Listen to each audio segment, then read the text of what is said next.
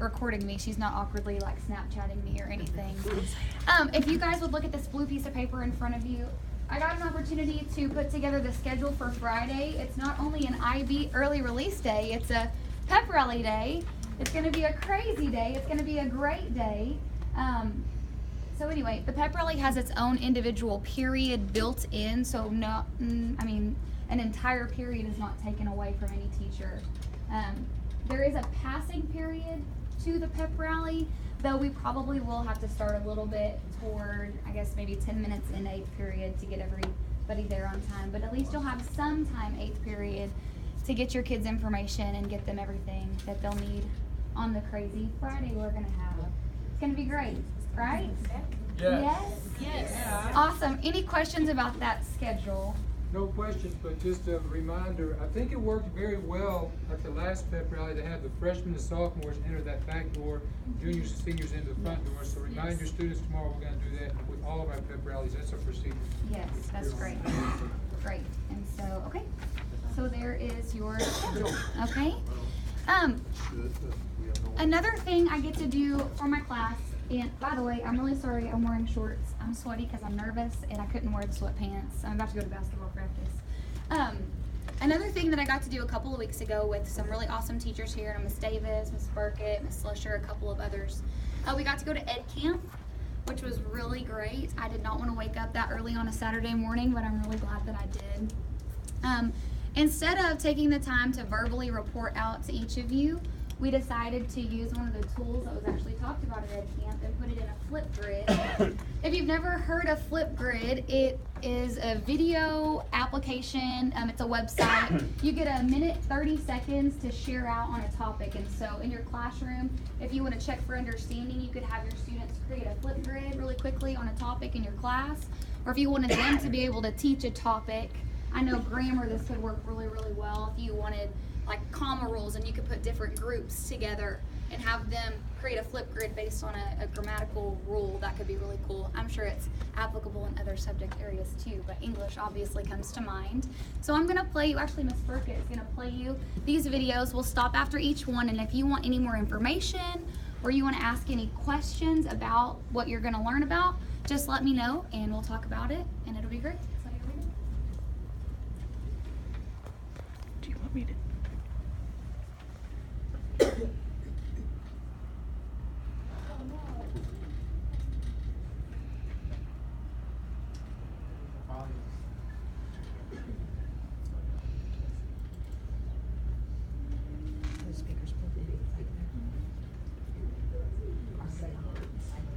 Are the speakers on? And I learned a couple of things I wanted to share with you from someone you may know, whom I really love, Tammy Davis. And the first thing that Tammy shared with us is a website called Storybird. And Storybird is really cool because it incorporates the arts. So if you are an art teacher, maybe a music teacher, theater, it's a website where you can be inspired by art. So there's all kinds of different paintings, images that you can pick from, and then hopefully inspire writing by your students. So if you're interested in using art in your classroom, please check out Storybird, it's awesome. And the other thing that Tammy shared with us is teaching with podcasts, which I thought was a really cool idea that I've never used before because there's so many available and they are, yep, you heard it, free. So if you're interested in things like history or science, there's tons of cool science podcasts out there right now. So if you just go to, if you have an iPhone, there's like a podcast app, or you can just Google them online. But check out podcasts. Give kids a different type of text to deal with, something that's more auditory that they can listen to and reflect on. So check out some free podcasts. Thanks, guys. Okay, Tammy, would you share a little bit more about that first app? Was it Storybird? Storybird. Storybird, okay. Yeah, it's basically a website that you go to, and tons of artists have submitted their artwork for the stories.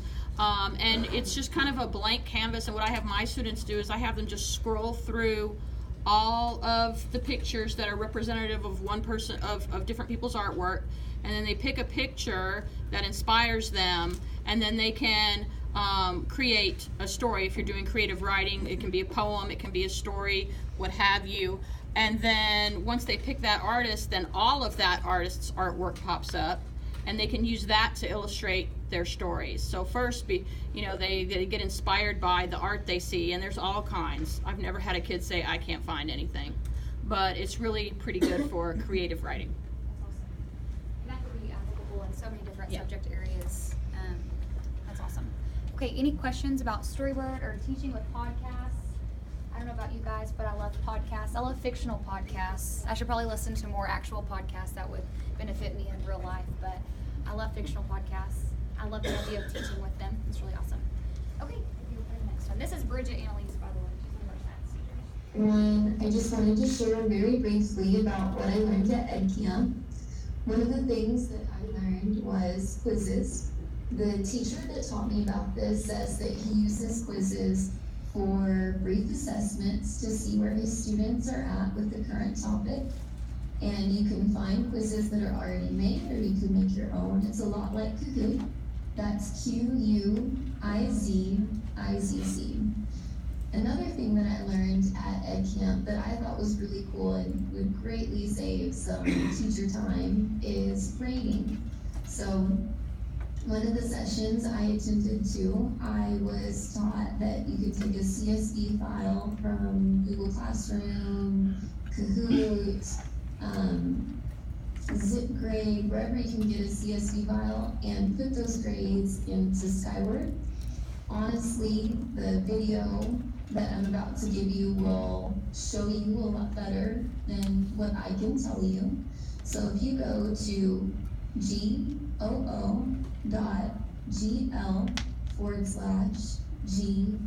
capital Q capital K IZP, okay, that will help you a lot. If this Flipgrid works, it should show you. You'll have a good day. So I will share this Flipgrid with everybody so that you can check out the different links, because I know that a couple of us shared the links that take you directly to the app that we're talking about. It is a little bit complicated to take your grades through a CSV file, but it is so worth it.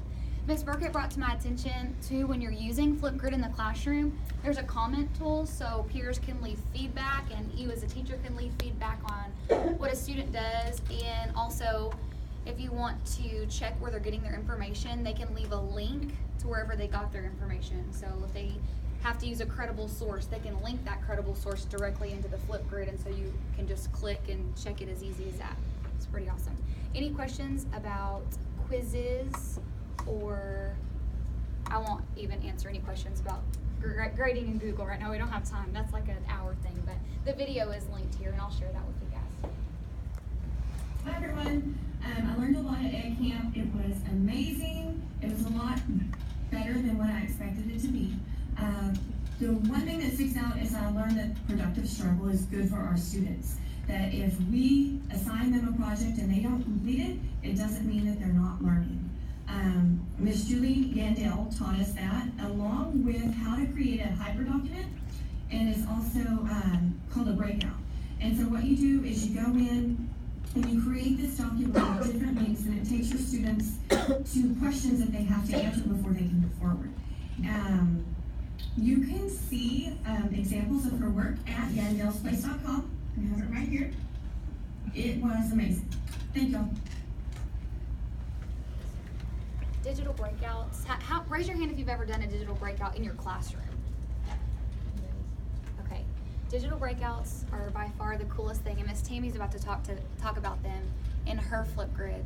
But they are a way for students to discover so many different things. You know, kids want us to hand answers to them, right? They can't even read the instructions half the time, right? They're like, what am I supposed to do? And it's literally right there on the paper. Digital breakouts are a great way to break students of that. They have to figure it out on their own. And so, anyway, Miss Tammy's about to talk about that in her Flipgrid. Hi. One of the coolest things I learned at EdCamp was how to make a digital breakout. If you remember correctly, if you attended Convocation, we all did a digital breakout at Convocation. There are quite a few ways that you can use digital breakouts in your classroom. You can use it as an exit ticket. You can use it as just a simple review. You can use it as a quiz. It's just as simple as really making a Google form and adding a couple of extra little steps in the Google form. Not hard at all. If you want to learn how to make a digital breakout, just either Google it or come see me and I can help you learn how to make a digital breakout so that you can use it in your classroom with your kids. Digital breakouts. Also, I learned on Facebook, there are lots of different Facebook groups for digital breakouts. So if you are on Facebook like I am, check it out. They have specific subject area ones and they're already pre-made. So we don't have to reinvent the wheel. You can just go find one for your subject area. Math, I know, has a ton of digital breakouts already made. English is a little bit more challenging, but there are tons for English as well. So check them out on Facebook also. Any questions about digital breakouts? Really, see Miss Tammy if you want to know, or really Google it, or check out Facebook. Hey guys, something really cool that I learned at Ed Camp a few weeks ago was how to use Padlet more effectively in my classroom. So Padlet is an app or a website that you can use where students can post feedback. So you can use it as an exit ticket, you can use it as a way to check understanding. How I've decided to use it in my classroom is by making a book review wall. So I created a Padlet and I posted it in all of my Google Classrooms. And so each time that a student reads a book for 6 weeks, they can go in and leave a review on this Padlet wall. And it's a living, breathing document where kids can continually visit and come back and edit, add to. And so I'm really excited for my kids to develop this wall of all the different books that they've read. And I'm excited at the end of the year to look back and show them all that they've done. And it's also going to serve as a great tool for peers to go and find different books that they might be interested in. And so you should check out Padlet.com. It's applicable to many different subject areas, so don't think that it's just English. You can use it as a great exit ticket tool if you're into that as well. So anyway, I learned a lot about Padlet, I learned a lot of great things, but that's what I wanted to share with you today. I totally mentioned the exit ticket thing twice, so I really meant it. It's a great way to check for understanding as an exit ticket, and it's super easy. You drop the link, kids go to it, they type it in a box, and it's there.